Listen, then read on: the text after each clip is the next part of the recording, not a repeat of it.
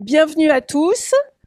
Je m'appelle Domitille Larrivet. J'ai été mandatée par le CERN pour l'animation de cette réunion. Et je vais passer tout de suite la parole à Joël Bourgeot, qui est le sous-préfet, qui a un petit mot d'accueil à vous dire. Et puis ensuite, la maire de Chalais et la maire de Pougny prendront aussi la parole rapidement. Merci, merci madame. Mesdames et messieurs, bonsoir. Joël Bourgeot, sous-préfet de Gex. Quelques mots pour vous remercier de votre présence ce soir dans ce moment privilégié d'échange, de dialogue et de réponse, je l'espère, mais je n'en doute pas, efficace à toutes vos questions et vos interrogations. Vous dire bien évidemment au nom de l'État territorial, de la préfète de région et de la préfète de département, tout l'intérêt que nous avons à être aux côtés du CERN pour ce début de phase de dialogue, de concertation, je l'ai dit, et d'information. Je ne manquerai pas, bien évidemment, d'être attentif à ces échanges et comme à l'accoutumée, bien évidemment, je remercie le maire, les maires et les élus et le CERN, bien évidemment, qui sont à nos côtés ce soir. Et je ne manquerai pas à la fois, bien évidemment, d'être attentif, mais comme à mon habitude, d'être à votre écoute. Je vous souhaite une bonne soirée, un bon moment d'échange. Merci. Merci, monsieur le sous-préfet. Madame Hofer et Madame Marcelot, peut-être, je ne sais pas si vous voulez venir l'une et l'autre en même temps.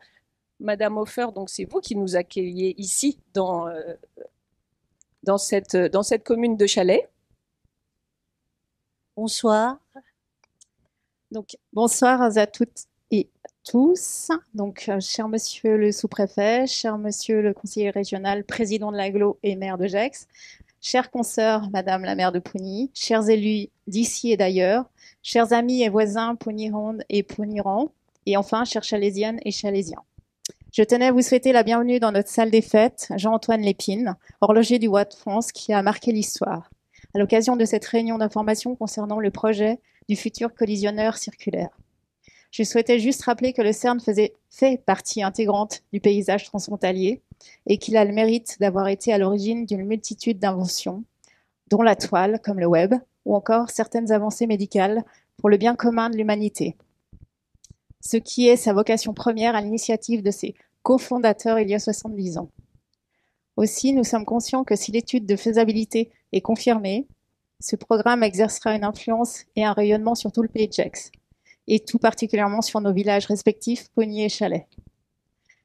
Le sujet est sensible et il mérite notre attention. C'est pourquoi j'espère que vous obtiendrez toutes les réponses que vous êtes venus chercher. Alors j'espère que vous apprécierez cette présentation tant attendue et vous demande, lors de futurs échanges, de faire preuve de bienveillance les uns envers les autres et de respecter la parole de chacun, afin d'assurer une qualité du débat et d'éviter tout débordement. Enfin, je remercie d'avance pour votre écoute et je laisse la parole à ma consoeur. Bonsoir à toutes et à tous. Je vous souhaite aussi la bienvenue. On a voulu que ce soit conjoint Pougny et Chalais parce que deux petits villages concernés au premier chef aussi par le CERN. Personnellement, nous avons déjà reçu au conseil municipal les chercheurs du CERN pour déjà un premier... Voilà, je pense que ce projet est important. Il repose toutes les questions. Pourquoi de la recherche scientifique? Pourquoi, à quoi ça sert? Il faut se poser toutes ces questions et je pense que on a des chercheurs qui pourront répondre et ne pas mettre sous le tapis les questions environnementales si on n'arrive pas à les résoudre et tout autant que je pense le passé du CERN aussi quand même. Ça a été fondé après la guerre pour une recherche pacifique, pour des coopérations internationales. La recherche est ouverte, c'est pas privé. Je pense que cet esprit-là, il est important de le garder. Et après, une recherche fondamentale, si elle n'a pas de suite, elle s'arrête aussi. Donc, il faut savoir que c'est peut-être pas non plus voilà, immuable. Voilà ce que je voulais dire. Mais je pense que c'est vraiment le moment de poser des questions. Merci beaucoup, mesdames. Merci de votre accueil et de votre présence. Donc, la réunion de ce soir, le sujet, et je vais vous présenter tout de suite les deux intervenants qui vont faire ces présentations. Le sujet de ce soir, c'est l'étude des sous-sols. Nous allons parler des interventions que vous allez bientôt voir à proximité ou dans les deux communes qui sont concernées aujourd'hui. Ça va être aussi l'occasion de rappeler évidemment ce qu'est le CERN et d'en dire un peu plus sur cette étude d'opportunité ou cette étude de faisabilité sur ce futur collisionneur circulaire.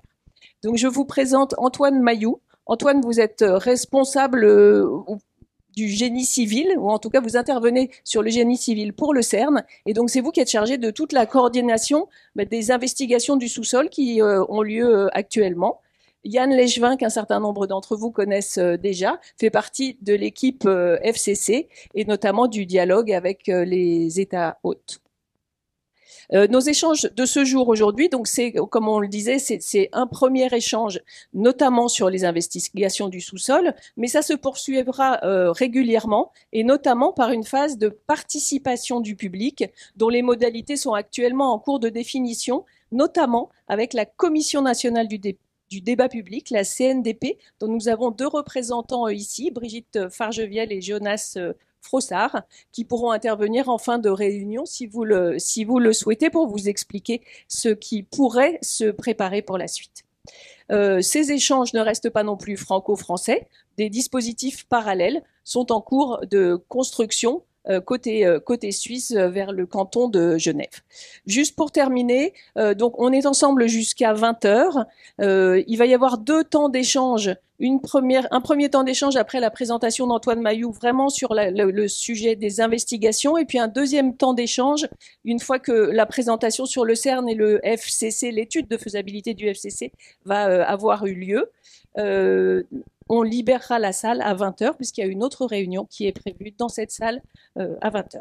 Voilà, Antoine Mailloux, je vous passe tout de suite la parole pour la présentation de qu'est-ce que sont que ces interventions dans les communes.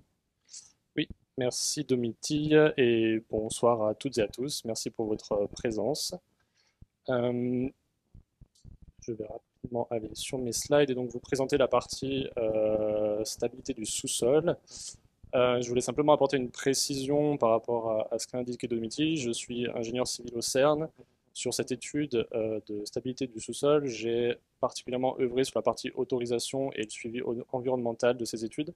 Et on a ici dans la salle un autre ingénieur civil pour le CERN, qui est Roddy Cunningham, qui est au premier rang ici, qui lui traite de toute la partie gestion des contrats et gestion des entreprises sur site et la partie proprement dite de géologie. Donc, derrière, sur les questions, on pourra être amené à se partager les rôles en fonction des sujets. Dans l'idée, je souhaitais vous rappeler l'objectif premier de cette campagne d'étude du sous-sol, avec cette carte que vous voyez derrière, et sur laquelle vous arrivez à distinguer différentes zones, 9 zones au total, qui sont ici en pointillés, dans lesquelles vous distinguez aussi des petits points jaunes et des petites lignes oranges. Concrètement, on aura des zooms bien plus tard. Concrètement, ce sont des zones sur lesquelles on a un manque de données existantes. Et donc, on a l'incapacité de produire une étude de faisabilité qui soit fiable. Donc, tout l'objet, vraiment, est d'aller compléter la donnée existante pour arriver à une étude de faisabilité qui fasse sens, qui soit fiable en termes d'ingénierie. L'objectif premier est bien évidemment le placement de l'infrastructure qui est étudiée, l'infrastructure souterraine. Elle a des impacts en fonction de son placement financier et technique. Et c'est tout l'objet d'arriver à préciser justement le positionnement de cette infrastructure. Pour faire simple, il y a une couche que l'on appelle la molasse, donc une strate géologique, qui est la plus à même à recevoir ce type d'infrastructure souterraine. Et c'est dans celle-ci qu'on souhaite s'inscrire au maximum. On sait que l'on va rencontrer d'autres types de strates géologiques, mais l'importance est d'arriver à quantifier justement et préciser ces zones sur lesquelles on sera en dehors des zones optimales. Et donc, l'objet est d'arriver à, d'une part, sur les zones de relief, donc typiquement au niveau du Jura, au niveau du Mandala ou du Vuache par exemple, c'est d'arriver à définir le toit des calcaires. Donc on est sur des zones où les calcaires ont tendance à remonter, et ce sont les fameux calcaires que l'on souhaite éviter pour différentes raisons, des raisons de dureté, des raisons de venue d'eau, des raisons de karst, de faille. Et dans d'autres zones, qui sont les zones de dépression, donc typiquement au niveau du Rhône, au niveau du Jura, du Léman, pardon, au niveau de l'Arve. On est sur des zones sur lesquelles on a des dépôts quaternaires qui sont plus récents, plus instables, que l'on souhaite également éviter. Donc là, on ne souhaite pas qualifier leur toit, mais plutôt avoir des précisions sur la base de ces dépôts quaternaires pour ne pas venir les impacter avec le scénario que l'on étudie. Donc voilà un petit peu les grandes lignes de l'objectif numéro 1.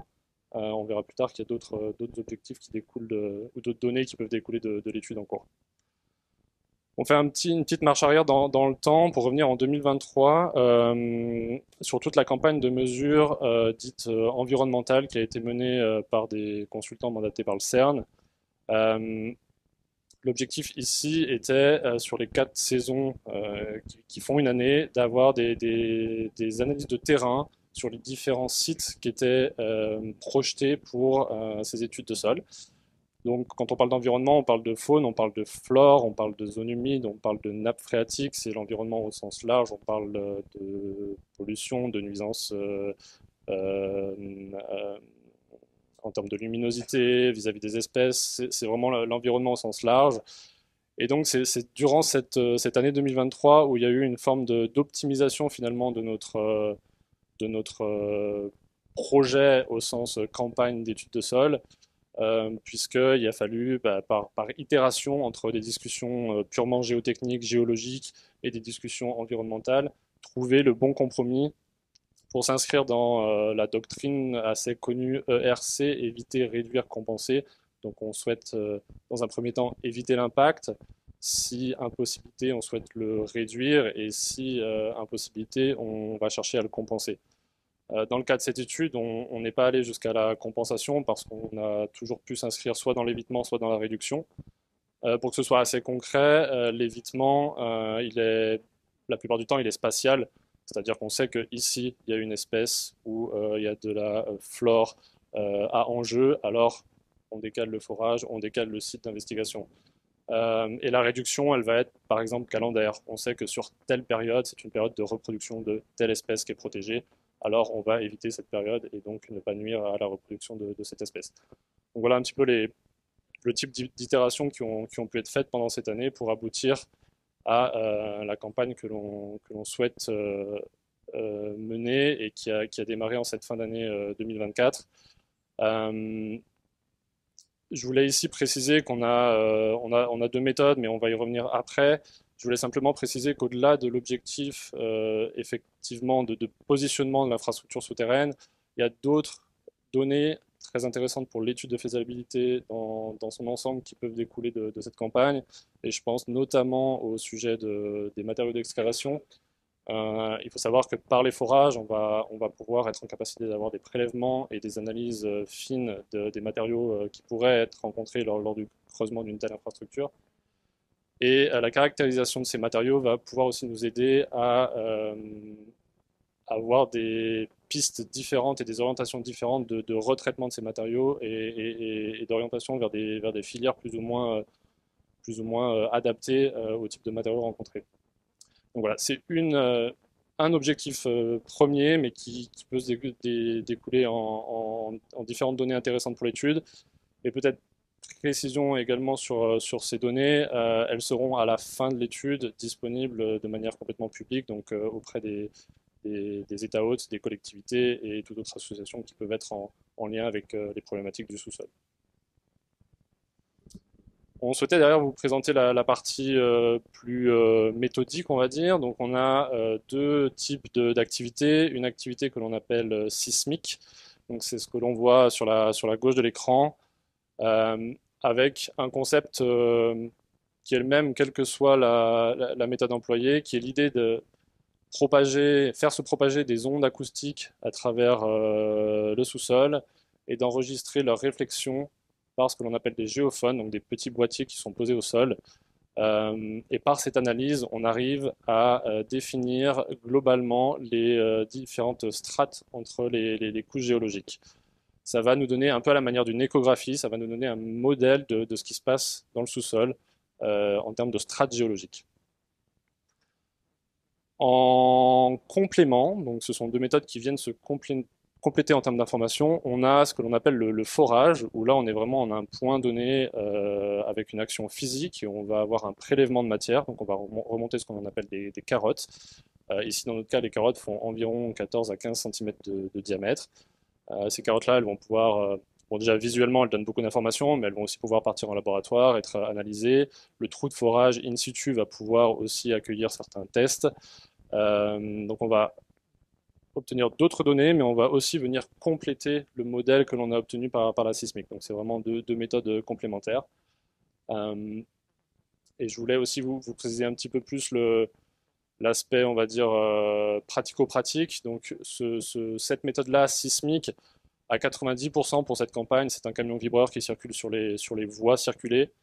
On les voit en enrobé, donc sur le domaine public. On a des cas parce qu'on a des besoins de croisement entre les lignes sismiques où ce camion vibreur il est amené à circuler dans des champs ou dans des chemins agricoles, donc où il impacte là du terrain privé. Et on a d'autres cas où on est dans des zones, et on le verra à la fin, Pougny est un très bel exemple, où on a des zones un peu plus difficiles d'accès et à enjeux environnementaux forts, comme le Marais de l'Étournel, qui est une zone Natura 2000, où on adapte les méthodes, le concept reste le même, mais on parle notamment de ce qu'on appelle vulgairement une brouette, donc c'est clairement un homme et un petit matériel portatif qui s'insère dans le marais de l'Étournel, et on n'y va pas avec des engins de cette ampleur-là. Donc voilà, il y a une forme d'adaptation en fonction des milieux. Les points de vibration sont globalement tous les 5 mètres, et on est sur des vibrations de l'ordre de 30 secondes à 1 minute. La vibration peut être ressentie par l'homme. Néanmoins, il est impossible de vous donner une grande vérité, mais parce que ça dépend forcément de la composition du sous-sol, mais entre 10 et 20 mètres de la source, la vibration commence à être imperceptible pour l'homme. La plus grosse nuisance, je dirais, lors du passage du camion, elle est plutôt en termes de bruit, parce qu'effectivement, bon, c'est un camion type camion poubelle, donc qui fait un certain bruit et qui émet une vibration qui, elle, est aussi bruyante. Voilà, c'est quelque chose qui est relativement court. Les lignes sismiques sont faites en l'espace d'une journée pour une ligne, et principalement de nuit quand on est sur des routes en enrobé, aussi pour éviter les sujets de circulation et les contraintes qu'on pourrait amener dans les localités au quotidien. Pour la partie forage, on est sur des activités plus longues. On parle d'environ 2 mois d'activités qui comprennent l'installation, donc la création de cette plateforme que vous voyez ici. C'est une plateforme qui est amenée à recueillir l'engin, à traiter les eaux qui sont utiles au forage, mais aussi à forcément gérer du stockage, notamment les fameuses carottes qui vont être ressorties du trou de forage. Donc 2 mois comprenant la création de cette plateforme et de son accès. Le forage lui-même, on est dans des milieux où on avance en moyenne à 10 mètres jour. Et vous voyez ici sur l'écran qu'on a des forages entre 50 et 300 mètres, donc à 300 mètres à 10 mètres jour, il faut un certain temps pour y parvenir. Et puis dans les 2 mois, on a également le démontage de la plateforme, puisque à la fin de l'activité, le site est remis dans son état ditto existant. Voilà. Pour Chalais et Pougny, on a des dates de ces interventions? Oui. Pas extrêmement précise, mais on commence à avoir une vision. J'y viens dans mes dernières slides, peut-être ce sera plus parlant. Simplement, voilà, au global, on a ici par secteur, donc c'est les secteurs qu'on voyait sur la première carte, on a indiqué les profondeurs et l'interface recherchée, mais ça revient à ce que je disais tout à l'heure. Donc dans le Rhône, au niveau de Pougny, on est plutôt sur l'interface entre les quaternaires, donc la zone la plus superficielle, et la molasse, et donc à des profondeurs assez faibles. Et dans la zone du Jura, à l'inverse, on va chercher le toit des calcaires et donc à des profondeurs un peu plus importantes. Une précision peut-être sur l'aspect piézomètre. Pour certains des sites, pas tous, on a la volonté et le souhait de pouvoir mettre en œuvre dans le trou de forage, donc c'est pas une autre activité, c'est le trou de forage qui sert à ça, ce qu'on appelle un piézomètre. Le piézomètre, c'est assez basiquement, on va dire, un tube qui est fendu sur une partie, de sorte à pouvoir laisser passer des eaux éventuelles, et on a une remontée d'informations sur la présence justement de ces eaux, s'il y a. La présence d'eau, elle nous intéresse pas forcément, voire pas du tout, pour le type d'études que l'on mène, mais justement, l'idée est plutôt d'essayer de confirmer son absence, et si présence en tout cas, de pouvoir la caractériser précisément en termes de quantité, de fluctuation, de pression. Donc c'est tout l'objet de la mise en place de ces piézomètres. On voit ici deux configurations, donc soit on a un petit débord en surface, soit on a un piézomètre qui est complètement enterré, c'est assez flexible de ce côté-là, et on est sur un audit au global de ces fluctuations de nappe d'environ 2 ans. Derrière le piézomètre de la même manière, il peut avoir volonté à rester s'il y a d'autres intérêts que celui de l'étude de faisabilité, mais il est prévu qu'il soit retiré et il y a une remise en état totale des sites suite à notre activité. Donc on vient justement au détail des zones qui vous concernent. On a mis sur la gauche la zone de Pougny et sur la droite la zone de Chalais. En termes de date, il est encore tôt pour vous donner des dates précises. En tout cas, on peut imaginer que ça se fera courant, voire fin hiver 2025.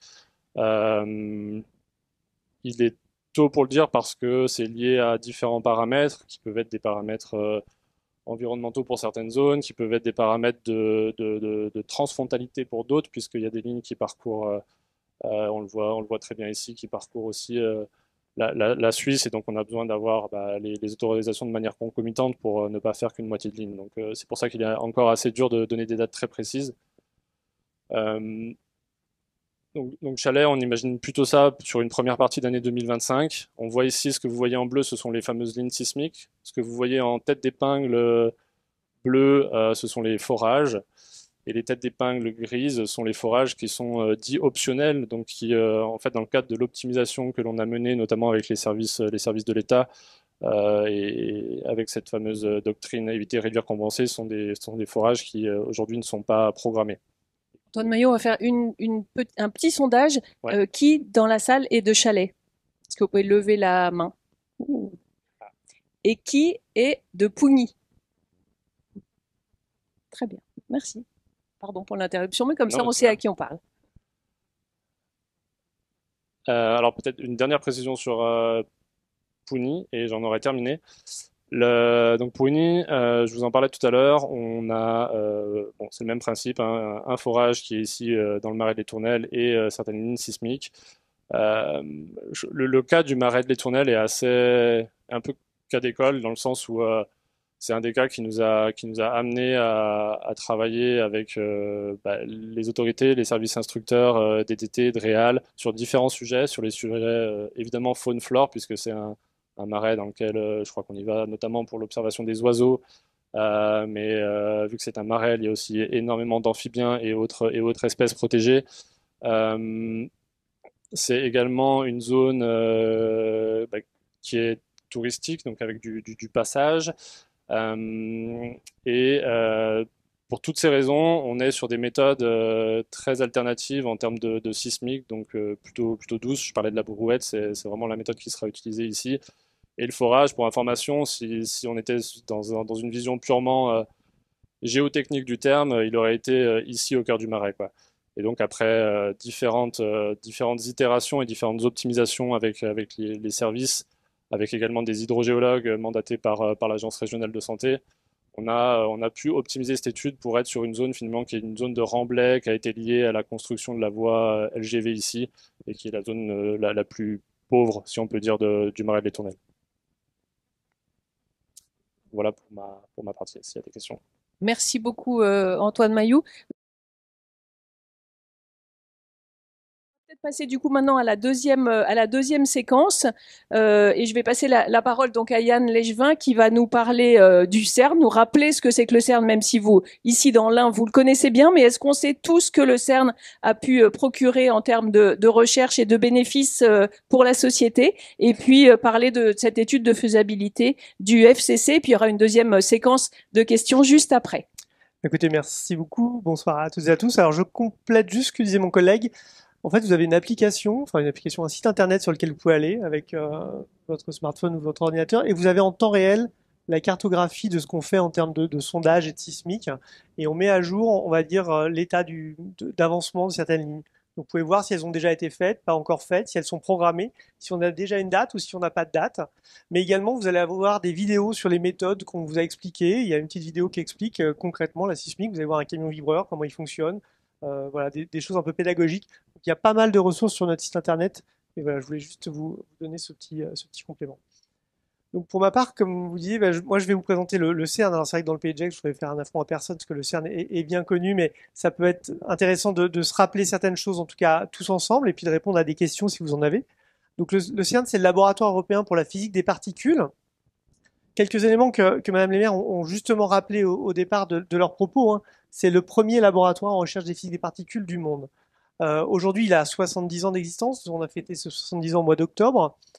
Il regroupe certes 24 États membres aujourd'hui, donc déjà première nouvelle, hein, parce que le dernier État membre a adhéré il y a peut-être un mois et demi, je regarde Arnaud. Donc, vous avez 23 dans les anciennes présentations, donc 24 États membres.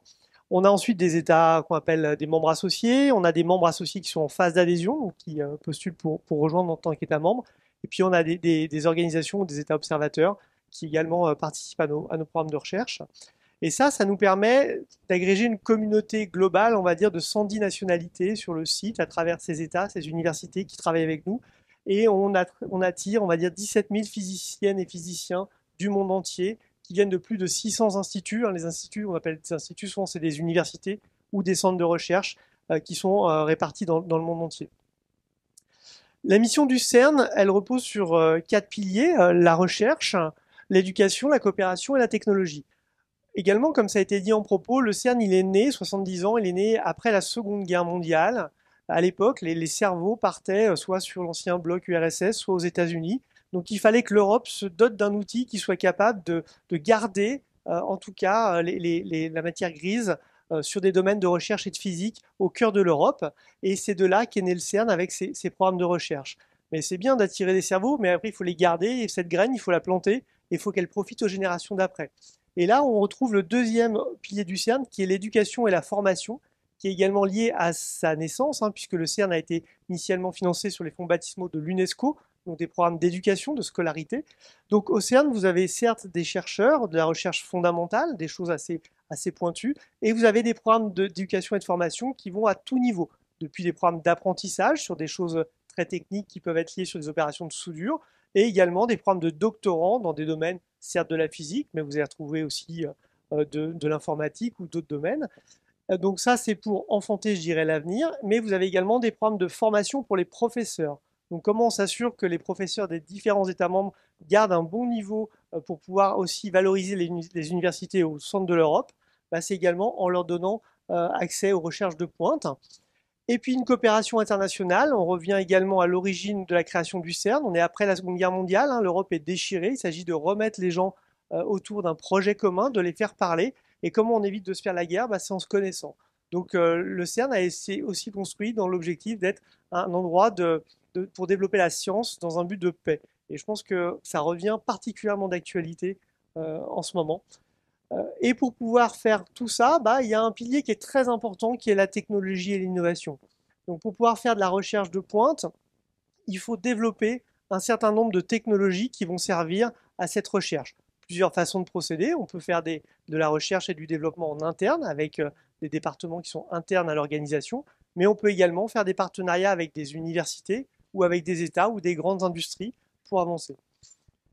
Cette technologie et cette innovation, on ne le sait pas forcément, mais elle est aujourd'hui dans votre quotidien. Donc on vous a, oui, parlé du World Wide Web, qui est quand même aujourd'hui ce qui fait qu'on a pu tenir cette réunion tous ensemble et communiquer, j'en suis certain, qui est une découverte qui a été faite au CERN pour permettre aux gens de communiquer et d'échanger entre eux. Et une fois de plus, le CERN est un institut public. Toutes ces recherches sont à visée publique. Toute la donnée qui est produite est publique. Et on s'abstient également de recherche à fin militaire, comme ça a été également indiqué dans le préambule, puisqu'on est là pour être un outil de paix. Et dans votre quotidien, il y a des innovations directes, des retombées directes de ce qui a été développé au CERN. Vous avez bien évidemment, en termes de recherche médicale, tout ce qui est la radiothérapie pour le traitement du cancer, la précision de cette radiothérapie, l'évolution aujourd'hui qu'on est capable de faire, la précision. Vous avez également des innovations que vous voyez moins directement, mais qui sont au-dessus de votre tête. Hein. Donc c'est tout ce qui est les innovations dans les semi-conducteurs, et notamment la résistance aux radiations, parce que dès l'instant où on est dans l'espace, on est soumis à des bombardements et de radiation, et il faut également développer des solutions techniques et innover, et ce sont des problématiques qu'on a également au CERN sur lesquelles on travaille. La partie de l'imagerie médicale, comme vous voyez, de la radiographie 3D, qui permet aussi bien de poser des diagnostics, mais que d'intervenir. La neurochirurgie aujourd'hui ne serait pas ce qu'elle est si on ne pouvait pas intervenir sous imagerie. C'est fini. Normalement, l'époque où on ouvre le cerveau pour regarder, on traite, on passe par des artères, par différents vaisseaux, des veines. Et dans ce cas-là, on peut intervenir sous imagerie. Mais cette imagerie, elle n'est pas que aussi pour le médical, elle sert aujourd'hui dans le contrôle douanier. Tous ces conteneurs que vous voyez traverser dans les ports, à un moment donné, une façon de les contrôler, c'est également d'utiliser des techniques d'imagerie, des techniques dynamiques, des techniques sûres, et c'est très souvent issu de ce qui est également développé au niveau du CERN. Et d'autres sujets qu'on connaît moins, mais qui moi me passionnent, qui sont notamment la préservation du patrimoine culturel. Donc typiquement au Louvre, vous avez un des accélérateurs qui a été développé en collaboration avec le CERN, et vous avez des accélérateurs portatifs aujourd'hui qui permettent d'identifier sur certaines œuvres d'art quelle est leur histoire, comment les techniques ont été faites pour qu'elles soient créées, et du coup comment est-ce qu'on les conserve, mais également quelles étaient, pour les plus curieux comme moi, les œuvres qui étaient peut-être avant sur la même toile, avant la peinture que vous voyez. Donc c'est tout un monde qui s'ouvre à nous grâce également à des choses qui viennent directement d'innovations qui ont été mises au service de la société. Le CERN, la façon dont il procède, il travaille avec 3 grands domaines. On a des infrastructures, des accélérateurs, donc il y a tout un tas d'accélérateurs différents. Il y a des linéaires, des circulaires, certains avec des formes plus ou moins compliquées, plus ou moins grands, des tout petits, des très grands. Et vous avez également des détecteurs. Donc les accélérateurs, eux, accélèrent des particules et ils préparent la création d'événements, pour simplifier, de ces fameuses collisions. Et les détecteurs, eux, sont les appareils photo qui vont enregistrer les données qui viennent de ces collisions. Tout un tas de détecteurs différents, des plus petits qui tiennent dans la main, aux plus grands qui font peut-être 30 mètres de long et 18 ou 20 mètres de haut. Et chacun de ces détecteurs est là pour observer, essayer de comprendre, nous aider à comprendre ce qui se passe, ou en tout cas à l'identifier. Mais ces détecteurs, ils prennent, si je prends l'image d'un appareil photo, ils vont prendre 40 millions de photos par seconde, avec des résolutions très élevées, donc vous imaginez que ce n'est pas toujours simple. Donc du fruit de ces détecteurs, de l'imagerie qui va en sortir, si je résume, on va avoir un outil informatique qui va nous permettre de trier en disant ces 40 millions de photos, peut-être qui viennent d'être produites, elles sont peut-être pas utiles. Ça ne sert à rien d'en avoir 40 millions, et il y a peut-être que 1000 qui vont être utiles. Donc ces 1000-là, il va falloir les trier très très vite. On va les trier et ensuite on va les garder et on va les stocker et on va éliminer les autres. Donc on va s'habituer à travailler avec ce qu'on appelle des avalanches de données et développer des technologies aussi en informatique là-dessus. Mais l'informatique, c'est aussi un moyen de partage. Une fois que ces données, on les a, on les partage à travers un système qu'on appelle le grid, qui est réparti avec différents centres de calcul dans le monde entier et qui permet de mettre en relation et de partager ces données, en tout cas librement, avec les différents instituts. Aujourd'hui, au CERN, on héberge notamment le LHC, le grand collisionneur de hadrons, qui est, on va dire, l'accélérateur de particules le plus puissant au monde. Il fait 27 km. Bon, dans le PJX, vous le connaissez plutôt bien. Il est environ à 100 mètres sous terre. Ça va dépendre de la topographie qui va nous donner sa profondeur. Et on y retrouve 4 grandes expériences, comme je viens de vous montrer, qui sont réparties sur les points que vous voyez ici. Cet accélérateur, il a permis, à travers différents programmes, un certain nombre de découvertes, dont la plus fameuse est la découverte du boson de Higgs, qui pose toujours un certain nombre de questions. Et c'est pourquoi, suite à ces questions, la communauté internationale, parce que vous voyez que ça intéresse aujourd'hui des communautés qui est du monde entier, se pose la question de se dire qu'est-ce qui pourrait prendre le relais de cette machine dont on pense que d'ici 2045, elle aura livré son potentiel de découverte. Alors comment on pense ça? Il y a des modèles mathématiques, de statistiques, où on imagine qu'entre 2043 et 2045, malgré un programme d'amélioration de la machine, on aura livré avec ce type de machine ce qu'il est possible de livrer en termes de découverte pour intéresser une communauté à un niveau mondial. Et malgré ces découvertes, un certain nombre de questions se posent toujours. Aujourd'hui, pourquoi 95% de la masse et de l'énergie de l'univers nous sont inconnus? Pourquoi, dans ce qu'on observe, l'univers n'est composé que de matière? Où est cette antimatière? Pourquoi est-ce qu'on n'observe pas la matière noire? Et quel était l'état de l'univers à son commencement? Comment est-ce qu'il s'est développé? Quelles sont les cinétiques? Voilà, donc des grandes questions philosophiques. Et de ces questions naissent une étude qui a été proposée par le CERN, qui est de dire, OK, le LHC achèvera sa mission scientifique aux alentours de 2040-2045, quelle pourrait être la suite? Et dans ce cas-là, ce qui a été imaginé, c'est qu'un nouvel accélérateur puisse prendre le relais Et il y a une entité qui s'appelle la Stratégie européenne pour la physique des particules, mais qui a dépassé le stade de l'Europe, tout comme le CERN, qui était le laboratoire européen, mais qui aujourd'hui est quand même un laboratoire de portée mondiale. Donc cette stratégie a défini, parmi plusieurs projets qui étaient proposés, de dire il y en a un qui mérite d'être étudié un peu plus que les autres comme étant potentiellement l'avenir de la recherche mondiale en termes de physique et notamment de physique des particules. Une stratégie, c'est un groupe de personnes qui se réunissent. Exactement. La stratégie, c'est un groupe de scientifiques qui se réunissent, donc de différents laboratoires, et qui prennent différents projets proposés par plusieurs organisations et qui les comparent avec chacun des buts différents et qui estiment, de façon à coordonner un petit peu cette recherche mondiale, à impulser le fait de dire, OK, le programme de recherche, le prochain, il portera sur ça ou il sera fait comme ça. Et donc de là est né le lancement de ce qu'on a appelé l'étude de faisabilité. Donc les États membres du CERN ont mandaté l'organisation en 2020 sur la base de différents projets qui avaient été préparés pour en tout cas envisager des scénarios de réalisation possibles. Donc ça veut dire que le concept de cet accélérateur circulaire, ce futur accélérateur circulaire, ok, il est retenu, mais est-ce qu'on arrive à lui donner vie? Est-ce qu'on arrive à lui donner corps? Comment est-ce qu'on peut étudier ça? Est-ce que c'est juste, on va dire, une vue de l'esprit qui tient sur un livre, ou est-ce que c'est quelque chose qu'on peut vraiment réaliser, à laquelle on peut donner suite? Le programme du SCC, il faut bien comprendre que c'est un programme qui est en 2 phases.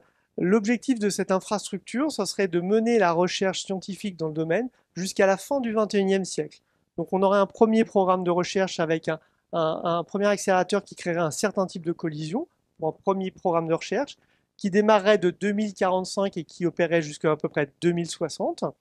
Et ensuite, de 2065 à 2100, on aurait un second programme de recherche avec d'autres types de collisions, d'autres types de particules, pour permettre de poursuivre le programme de recherche.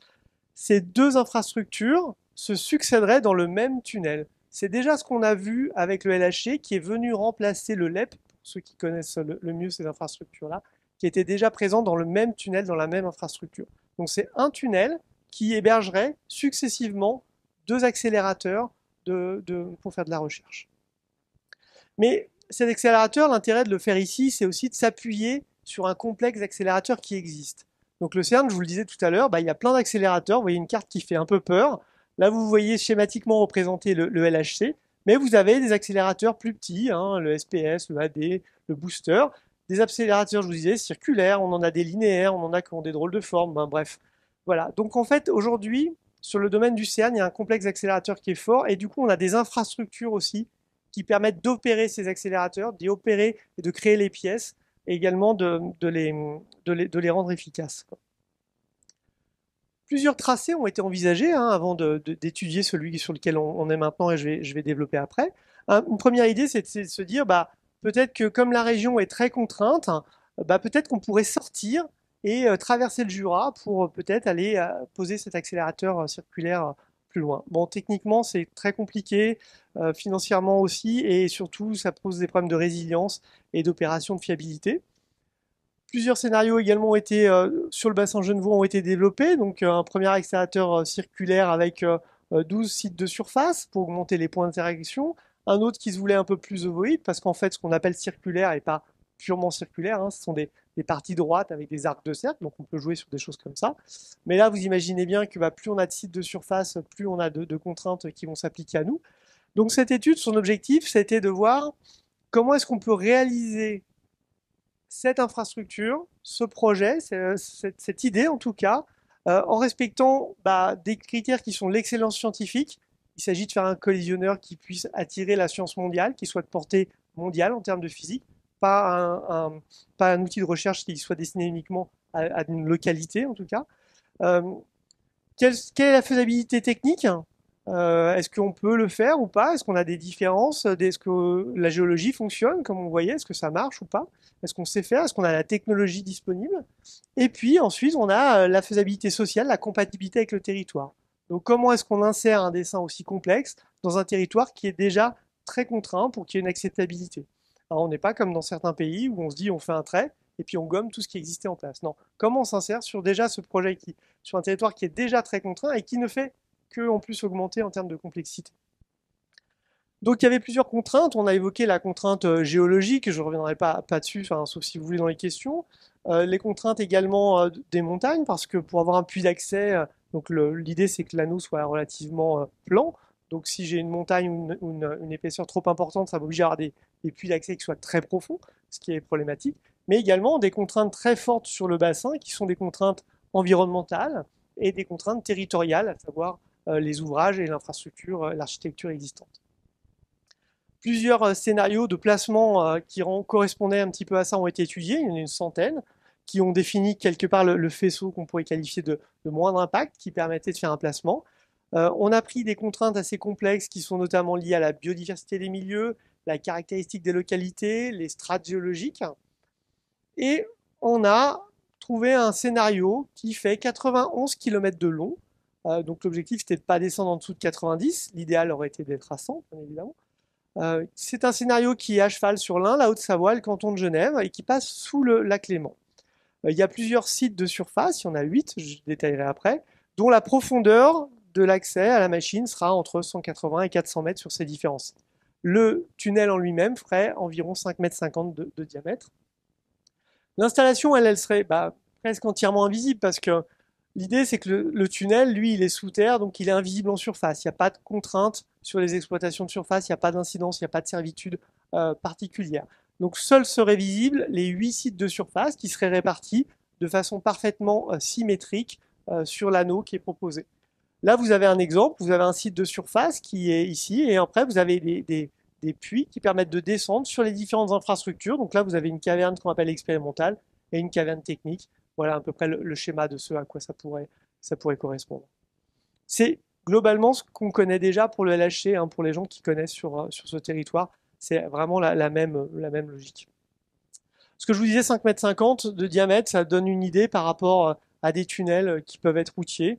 Mais ça, voilà. Alors après, quand j'augmente d'1 mètre, bien sûr, c'est plus important en termes de surface que c'est pas forcément linéaire. Ouais, c'est au carré, exactement, on voit les matières. Comment fonctionnerait cette infrastructure? C'est assez proche de ce que vous pouvez connaître ici. Donc on a un accélérateur, là c'est une image, hein, qui permet de faire circuler deux faisceaux en sens opposé. Les faisceaux circulent à la vitesse de la lumière et créent des collisions au droit des 4 expériences qu'on aurait grosso modo au nord, au sud, à l'est et à l'ouest, dans des zones expérimentales. Les 4 autres sites étant eux des sites plutôt techniques qui permettraient d'alimenter, de construire et de faire vivre cette machine et cette infrastructure. Le scénario qui répond à ces enjeux et qui est étudié, qui fait l'objet de l'étude aujourd'hui, c'est un scénario qui a été arrêté, on va dire, en mi-2021, avec ces fameux 8 sites de surface. Donc on va retrouver 2 sites qui sont dans l'Ain, donc un qui est sur Ferney, un qui serait sur Chalais, et on a 5 sites après en Haute-Savoie, répartis ici, et un site qui serait sur Choulais et Presinges. Voilà un petit peu à quoi ça correspond. Maintenant, comment ça fonctionne? Parce que là, je vous parle d'études, donc ça veut dire, ok, une étude, le projet, il n'est pas décidé, mais quelles sont les étapes finalement? Comment c'est? Bon, là, on est sur une première chose, c'est de dire qu'il faut une validation scientifique. On a une communauté mondiale qui a défini des critères, on fait une machine qui soit d'une performance de niveau mondial, on arrive à positionner dans le territoire un concept de machine qui fait 91 km avec certaines limitations, forcément. Donc l'idée, c'est de dire, est-ce que cette machine, elle offre d'un point de vue scientifique toujours une pertinence? Est-ce que la communauté mondiale est intéressée par les résultats potentiels de ce type de machine? Donc à partir de mars 2025 jusqu'en mars 2026, il y a ce qu'on appelle cette fameuse stratégie qui va étudier les premiers éléments qu'on va leur donner, à savoir la distance finalement, le diamètre du tube, un ensemble de caractéristiques techniques en disant voilà la machine qu'on pense être en mesure de pouvoir insérer et implanter dans ce territoire.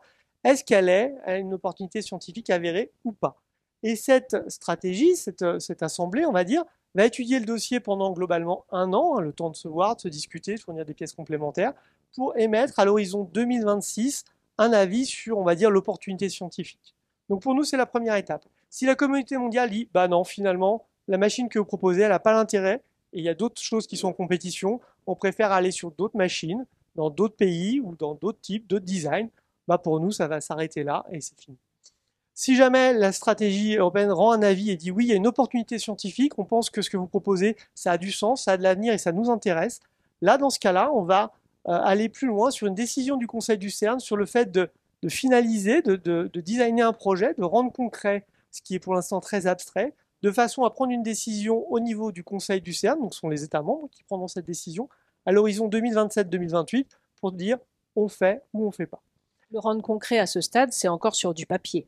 Ah oui, là, on est encore sur du papier, ouais, tout à fait. Là, on est très loin d'être encore sur le terrain. Et c'est pour ça que vous avez différentes étapes, notamment la participation du public qu'on évoquait et qui est importante, qui devrait intervenir de façon en tout cas plus formelle et plus concrète à partir, alors on a mis mars, mais on va dire mi-2026, dès l'instant où pour nous l'opportunité scientifique est avérée, ou en tout cas est confortée par la communauté mondiale, de discuter ensuite de ce projet, s'il devait devenir un projet, dans quelle modalité il deviendrait un projet, et d'avoir un peu les sentiments et les retours. De façon à pouvoir présenter en 2027-2028 une proposition qui soit consolidée et qui tienne en compte également les remarques qui ont été faites, auxquelles on aura pu répondre ou pas, dans la mesure du possible. Et donc ça s'inscrit toujours dans un processus qui est très long, puisque une fois la décision prise d'aller de l'avant, il y aura des phases de préparatoires, des phases de procédure, qui devraient conduire jusqu'à à peu près 2033, où on aurait un début des travaux, qui irait jusqu'en 2040, donc on aurait 7 ans de travaux, qui seraient des constructions en termes de génie civil, principalement. Et après, en 2040, c'est la fin de la partie génie civil, et là on est dans la partie installation des outils de recherche et des outils scientifiques, de façon, alors pour être très optimiste, à espérer avoir des premiers faisceaux en 2045, 2050 peut-être, et pour opérer sur le premier projet de recherche et ensuite enchaîner jusqu'en 2100. Voilà, ça c'est un petit peu. Ce que je vous disais, c'est que ces informations, on peut les retrouver également en partie sur les sites internet qui sont à disposition au niveau de l'organisation. Et j'espère que je n'ai pas été trop long. Absolument parfait. Et voilà.